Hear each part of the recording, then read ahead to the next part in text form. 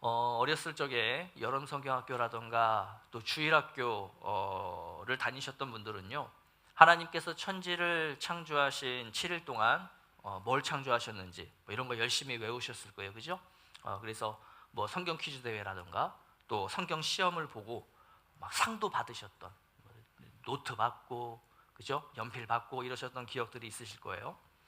그런데 이 창조의 내용, 그러니까 첫째 날 뭘 창조하시고 둘째 날 뭘 창조하시고 이런 내용들은 잘 알지만 하나님이 왜 그렇게 창조하셨는가, 또 하나님께서 어떠한 방향과 목적을 가지고 창조하셨는가를 아는 분들은 그렇게 많지는 않은 것 같아요. 그러다 보니 자꾸 이 창조의 내용을 가지고 진화론적 과학과 비교하면서 그들과 자꾸 다투려고 하시는 분도 계시고요. 여러분, 성경은 과학책이 아니죠. 또 성경은 역사책도 아닙니다.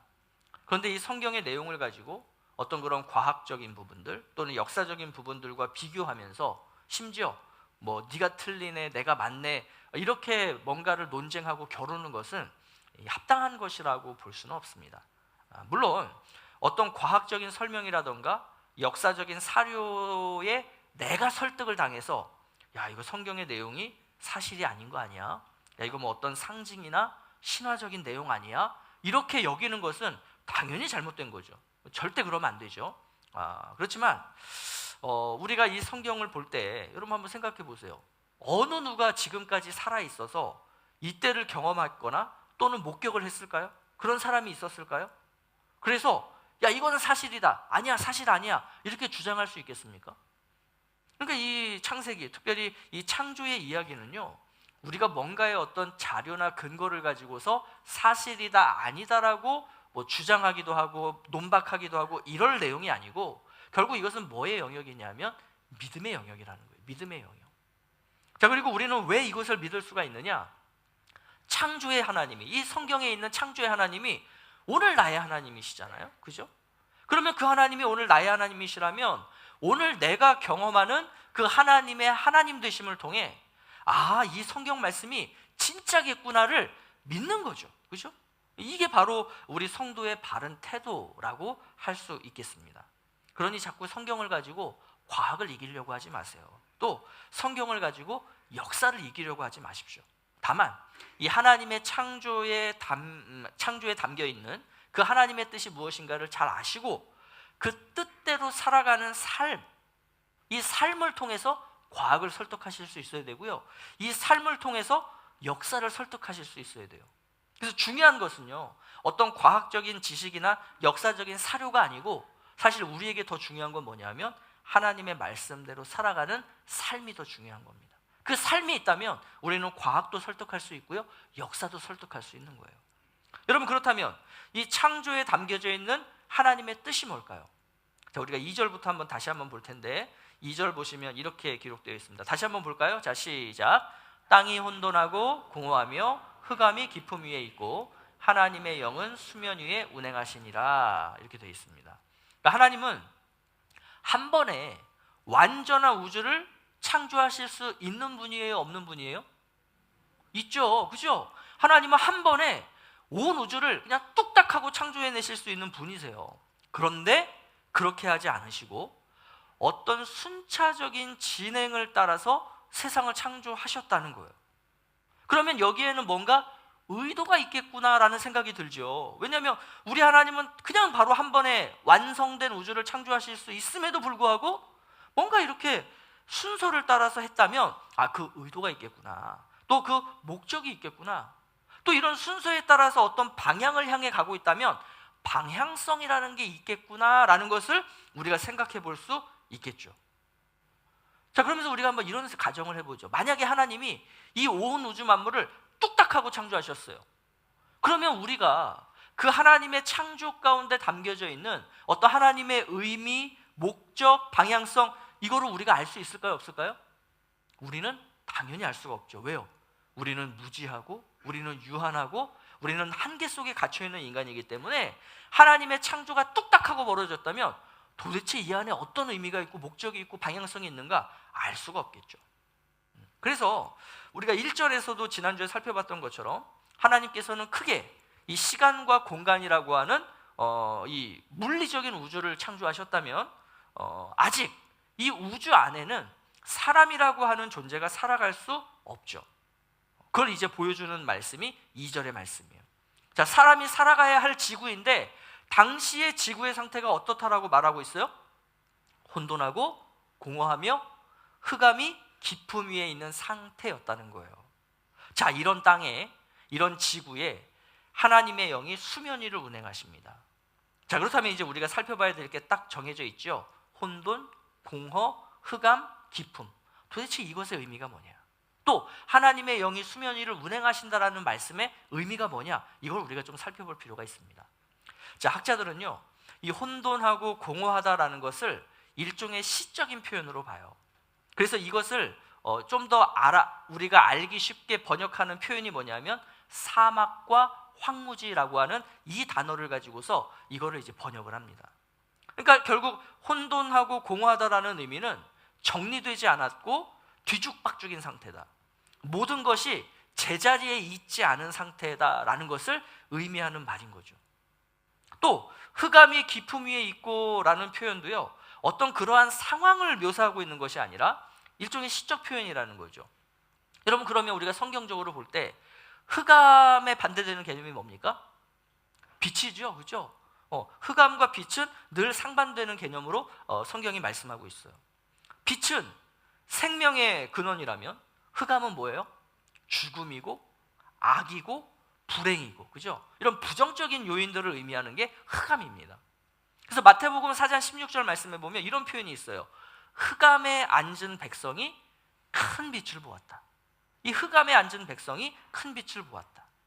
그러니까 사망의 지배 아래 있던 백성, 죄의 지배 아래 있던 이 백성이 생명의 근원인 빛을 만나게 되었다라는 비유적인 표현이죠. 그러니까 흑암이라는 것은 이처럼 생명이 없는 상태, 그리고 실제로 빛이 없는 깜깜한 상태, 이거를 의미하는 말이 이제 흑암입니다. 자, 이 흑암이 뭘 덮고 있대요? 깊음이라는 것을 덮고 있대요. 깊음.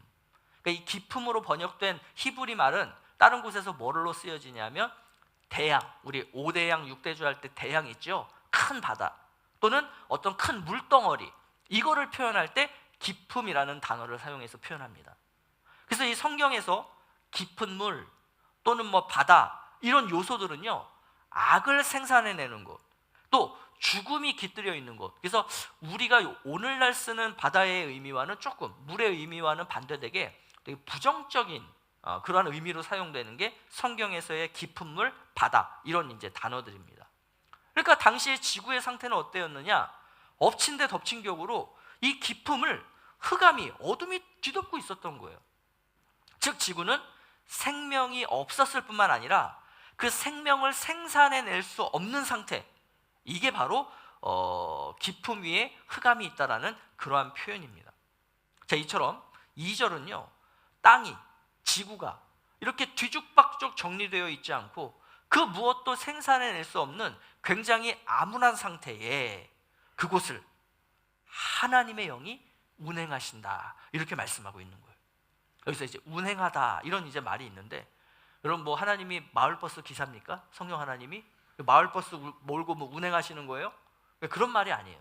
자, 이 운행하다라고 번역된 히브리어가 신명기 32장에 똑같이 사용되고 있는데, 자, 우리 함께 보죠. 자, 시작. 마치 독수리가 자기의 보금자리를 어지럽게 하며 자기의 새끼 위에 너풀거리며 그의 날개를 펴서 새끼를 받으며 그의 날개 위에 그것을 엎는 것 같이. 여기서 너풀거리며 라고 하는 저 단어가 여기서 사용된 이 1장 2절에서 사용된 운행하시다라는 말과 똑같은 말입니다. 그러니까 어미독수리가 새끼 위를 너풀거리고 있어요. 그러니까 이렇게 빙글빙글 창공을 돌고 있죠. 자, 왜 이렇게 돌고 있다는 거예요? 그 새끼를 날개를 펴서 받고 또 그 날개 위에 그것을 엎고, 다시 말해서 보호하고 양육하기 위해서 그 새끼 위에 너풀거리고 있는 거죠. 그러니까 하나님의 영이 이 수면 위를 너풀거린다는 것은 어떤 의미입니까? 아직 생명이 없고 또 생명체를 생산해내지 못하는 그 지구를 앞으로 어떻게 할 것이다 라는 기대감을 갖게 만들어요. 생명을 잉태하는 지구, 생명을 생산해내는 지구, 그래서 그렇게 만들어진 생명이 이 땅에서 살아가도록 하시는 그러한 지키심과 보호하심의 역사들이 만들어져 가겠구나라는 것을 우리는 기대하게 되는 거죠. 다시 말해서 성령의 운행하심이 우리에게 주는 어떤 의미는, 이 지구가 앞으로 하나님께서 창조해 가시고 발전시켜 나가실 텐데 그 방향성의 목적은 선하겠어요? 악하겠어요? 선하겠죠. 또 점점 어떻게 되어져 갈까요? 온전해져 가겠죠. 그리고 이 땅에는 죽음이 아니라 생명력이 넘쳐날 거예요. 여러분, 이게 바로 2절에 담겨져 있는 말씀의 내용이에요. 자, 그러면서 이제 하나님의 창조 이야기가 첫째 날 그리고 둘째 날 해서 일별로 쭉 진행이 되어서 일곱째 날까지 진행이 되는 겁니다. 날별로, 날짜별로 어떤 것을 창조하셨는가를 우리가 살펴보기에 앞서서 하나님의 창조의 목적과 의미와 방향성이 뭔가를 먼저 좀 우리가 한눈에 살펴보고 그리고 이제 좀 들어가면 좋을 것 같아요. 여러분들, 학자들은요, 하나님의 창조가 이렇게 진행이 된다라고 봅니다. 한번 우리 표를 띄워주실까요? 자, 표 띄워주시면, 자, 순서를 한번 볼게요. 여러분들이 보실 때 왼쪽이 하루, 첫째 날, 둘째 날, 셋째 날, 그 다음에 오른쪽이 넷째 날, 다섯째 날, 여섯째 날입니다. 자, 이제 보시면, 자, 첫째 날은 어떤 일을 하세요? 빛과 어둠을 나누시는 일을 해요. 빛과 어둠을 나누세요. 자, 둘째 날에는 뭘 나누세요?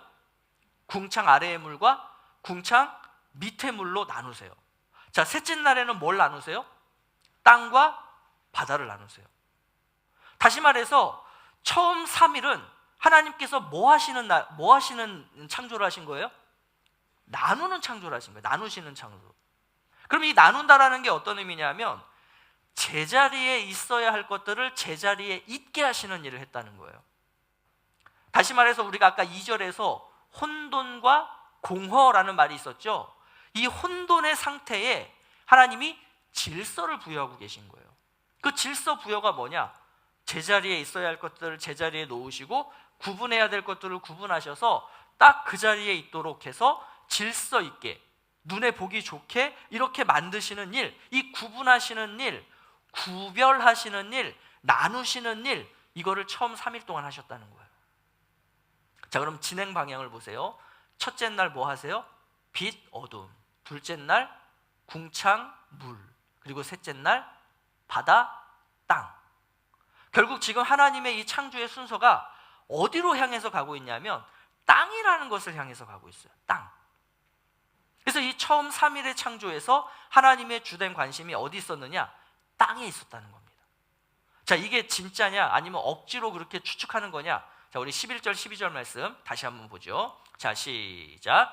하나님이 이르시되 땅은 풀과 씨 맺는 채소와 각기 종류대로 씨 가진 열매 맺는 나무를 내라 하시니 그대로 되어 땅이 풀과 각기 종류대로 씨 맺는 채소와 각기 종류대로 씨 가진 열매 맺는 나무를 내니 하나님이 보시기에 좋았더라. 아멘.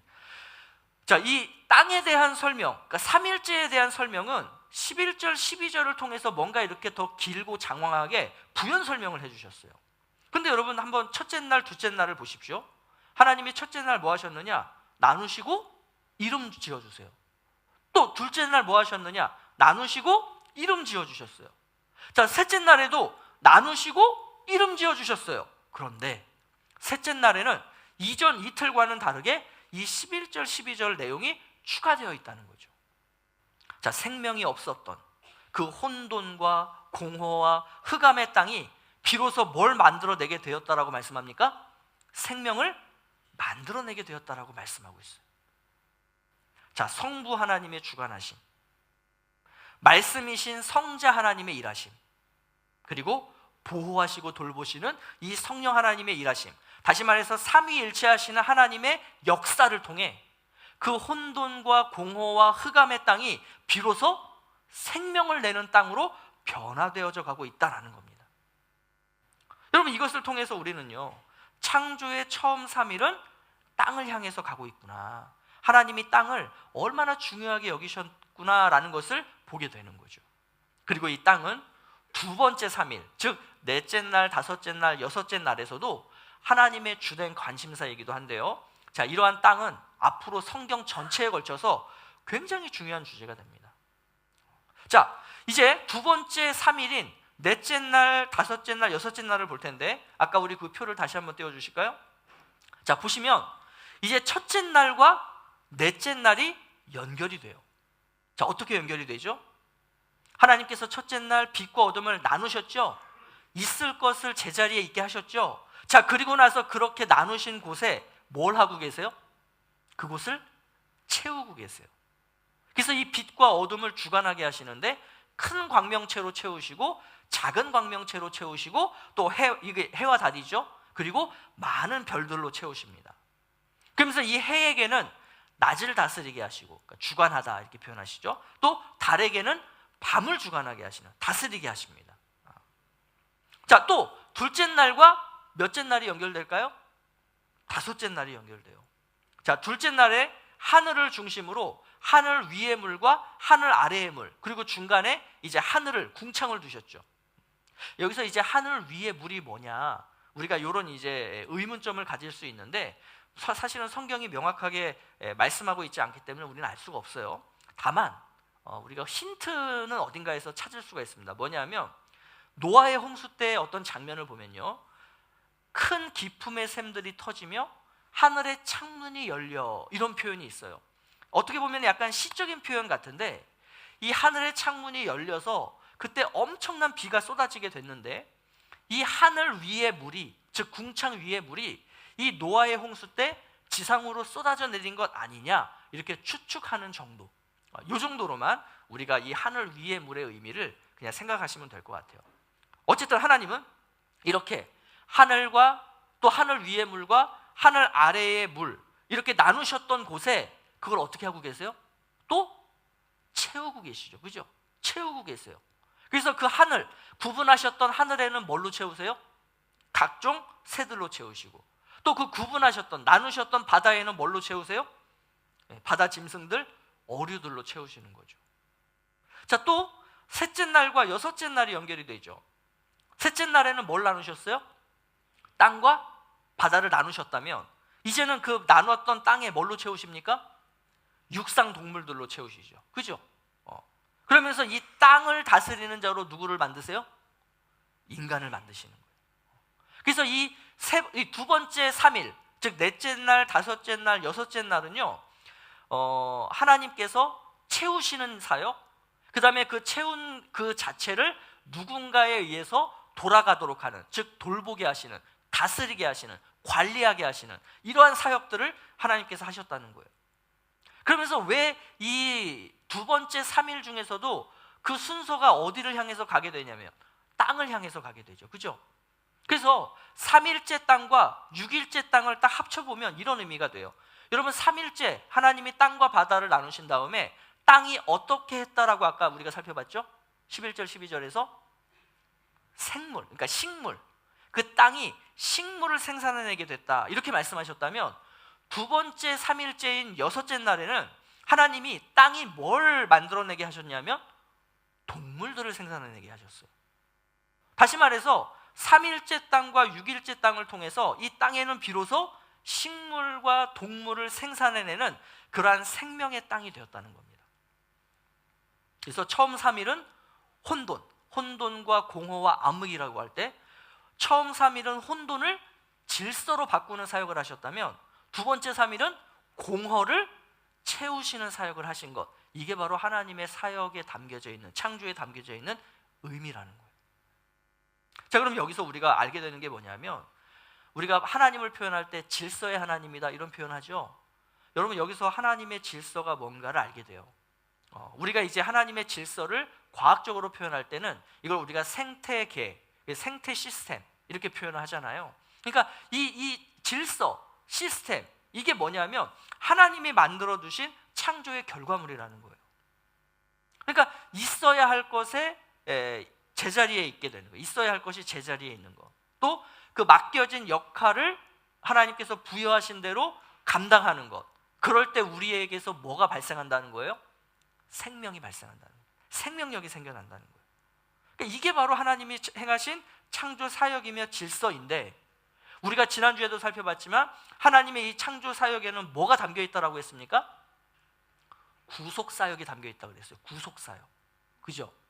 자, 다시 한번 설명을 해드리면 하나님께서 이제 예수 그리스도를 통해서 행하신 구속사역을 우리가 이제 구속사라고 표현을 합니다. 여러분, 그러면 여러분들이 알고 있는 구원이 뭐예요? 예수 믿고 천국 가게 되는 거, 구원이죠. 물론 이게 구원의 내용이 맞아요. 궁극적인 내용이고 큰 틀에서 예수 믿고 천국 가는 것이 구원이에요. 자, 그런데 조금 더 이걸 명확하게 표현해 볼 필요가 있어요. 여러분, 구원이라는 것은 우리가 뭐라고 표현하냐면 하나님께서 우리를 구별하시는 사역이다, 이렇게 우리가 표현하기도 하죠. 구별. 그래서 죄로 인해서 혼돈과 공허와 어둠 속에 거하던 우리를 하나님께서 예수 그리스도를 통해서 거룩하게 하셨다라는 게 구원 아닙니까? 그죠? 그럼 여러분, 거룩함이라고 할 때 이런 표현 들어보셨어요? 거룩은 구별됩니다. 거룩함은 구별됩니다. 이 말 들어보셨죠? 구원이라는 것은 죄와 사망과 어둠 가운데 그 혼란과 공허 속에 있었던 우리를 하나님께서 구별해 하시는 것, 이게 거룩이라는 거예요. 이게 거룩이라는 거예요. 자, 그리고 이 구원은요 또 어떤 의미냐면 어둠 아래 있었던 우리를 빛으로 이동하는 것을 의미하죠. 그죠? 그래서 하나님이 첫째 날 빛을 만드셨어요. 그리고 마지막 여섯째 날 끝으로 인간을 만드셨어요. 즉, 인간이라는 존재는 빛 아래에 거하도록 하나님이 창조하셨다는 거예요. 근데 이 죄가 들어온 이후 인간은 어디 아래 거합니까? 어둠 아래 거했던 거예요. 죄 아래 거했던 거예요. 그러니까 하나님이 처음 창조하신 것과 지금 다른 자리에 가 있죠. 그죠? 인간이 지금 빛 아래 있어야 되는데, 있어야 할 자리는 빛 아래인데 지금 어둠 아래 가 있단 말이에요. 이게 혼돈이에요. 이게 공허예요. 그리고 이게 어둠이에요. 그래서 이 인간을 예수 그리스도를 통해서 어떻게 한 거예요? 어둠 아래 있던 애를 다시 빛 아래 제자리에 갖다 놓으시는 사역을 하시는 거예요. 이게 창조라고요. 그래서 우리가 예수 그리스도의 구원 사역을 신학적으로 뭐라고 표현하냐면 재창조의 사역이다. 그죠? 새로운 창조의 사역이다, 이렇게 표현한다라고 우리가 이제 요한복음 강해에서 한번 이야기를 하지 않았습니까? 그래서 하나님께서 이렇게 이 창조의 과정 가운데 뭘 담아두고 계시냐면 우리를 향하신 구원의 역사, 구원의 일들을 이 창조의 이야기 가운데 담아두셨다는 거예요. 그래서 죄악된 세상과 우리를 나누시는 거죠. 우리와 세상을 나누시는 거예요. 나눠서 질서를 부여하시고, 그래서 우리로 하여금 있어야 할 자리, 그 채움, 공모를 채우심으로써 하나님 나라에서 하나님의 뜻에 따라 살아가도록 하시는 것. 그리고 우리에게 부여하셨던 역할, 그죠? 그 역할을 감당하며 살아가는 것, 이것이 바로 구원받은 자의 삶이고 거룩하게 되었다는 것의 의미인 거죠. 쉽게 얘기해서 있어야 할 자리에 있는 거, 또 하라고 맡기신 일을 하는 거, 이게 하나님의 질서이자 하나님의 구원의 내용이다라고 하는 겁니다. 여러분, 이처럼 하나님은 천지를 창조하시는 이 사역 안에 이렇게 구속사를 담으셨던 거예요. 천지 창조를 그냥 첫날에 뭐 만드시고 둘째 날은 뭐 만드시고, 그래서 일곱째 날을 안식하시고, 이걸 뭘 달달달달 외우는 거, 여러분 이거는요 초등학교 6학년 때 떼셔야 됩니다. 초등학교 6학년이 지나셨다면 이제 뭐 이거 외운다고 자랑하시면 안 돼요. 셋째 날에 뭐 만드셨는지 아세요? 그것도 몰라요. 그거 안다고 좋은 게 아니고, 왜 하나님이 이렇게 천지창조를 하셨는가, 이 창조에 담겨져 있는 의미가 뭔가, 이거를 이제는 신학적으로 이해를 하시고, 그래서 그거를 뭘로 이어가야 돼요? 그 뜻에 따른 순종함으로 이어가셔야 되는 거죠. 그렇게 적용하는 삶을 사셔야 돼요. 자, 그럼 한번 생각을 해볼게요. 이 창세기 말씀을 처음 받았던 사람들이 누구라고 했습니까? 출애굽한 이스라엘 백성들이라고 그랬죠. 그렇다면 창세기의 이 창조 이야기는 그 출애굽한 이스라엘 백성들의 무엇을 변화시켰고 또 그들을 어떻게 변화시켰을까요? 당시 애굽 땅의 문화와 종교와 가치관, 그리고 이들이 이제 앞으로 들어가게 될, 우리가 가나안 땅이라고 하죠. 그 가나안 땅의 문화와 종교와 가치관은요, 하나님께서 말씀으로 창조하신 이 창조물들을 신적 존재로 섬겼던 곳이에요. 그죠?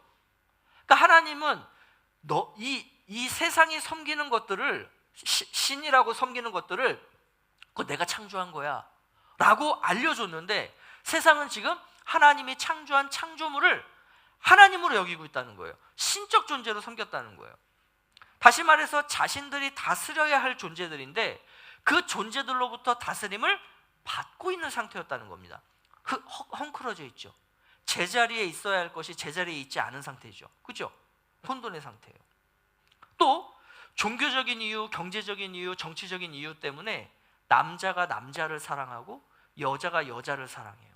이거 우리가 오늘날 흔히 동성애라고 표현하죠. 남자는 남자로서의 역할을 하나님께서 주셨고 여성은 여성으로서의 역할을 가지고 살아가라고 그렇게 창조하셨는데 그렇지 못했던 거예요. 그러니까 역시 제자리에 있지 못했던 거죠. 혼란이고 혼돈이에요.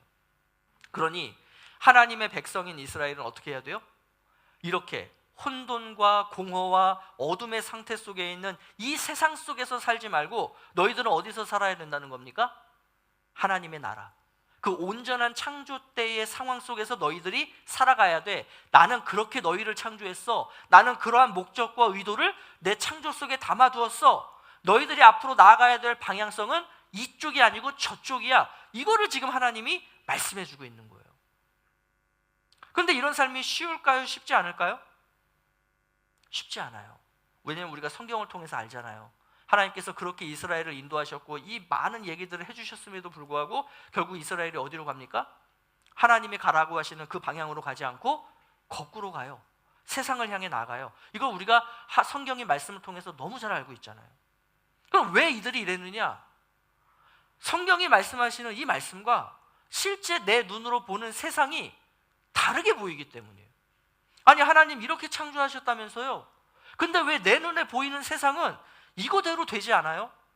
왜 그냥 다른 세상처럼 저렇게 돌아가죠? 이게 우리 눈에 실제 보이는 삶이거든요. 그러니까 피조물을, 하나님이 창조하신 피조물을 신적 존재로 우상으로 섬기는 그 민족들이 우리 민족보다 더 잘 먹고 잘 살고 있는 거예요. 그들이 우리보다 더 많은 것들을 소유하고 있고 더 많은 것들을 누리며 살고 있고 심지어 우리보다 더 강하고 더 세요. 아니, 이렇게 알고 있는 바와 우리가 눈에 보이는 바가 너무 달라서 혼란스러운 거죠. 그러니 이스라엘이 자꾸 이 눈에 보이는 세상을 어떻게 해요? 동경하는 거예요. 우리도 저들처럼 살고 싶다. 나 이런 하나님이 창조하신 이런 세상 말고 지금 내 눈앞에 보이는 저 좋은 세상, 저렇게 발전하고 발달하고 사람 살기 편하고 저런 거 가지고 있으면 너무 좋겠는데, 그래서 나도 저 세상 사람들처럼 저들이 섬기는 그 하나님의 피조물들을 우상으로 섬기면서 나도 저 세상처럼 나도 저렇게 살고 싶어. 이렇게 세상을 동경하고 세상의 매력을 느끼는 것, 이게 이스라엘 백성이었어요. 그런데 그러면 안 된다는 거예요. 하나님께서 그러면 안 된다는 거예요. 그래서 이러한 상황 속에 있는 우리가 눈으로 보는 것과 하나님의 말씀이 이야기하는 것과 다른 이 혼란스러운 상황에서 너희들은 이것을 기억하라는 거예요. 뭘 기억해야 될까요?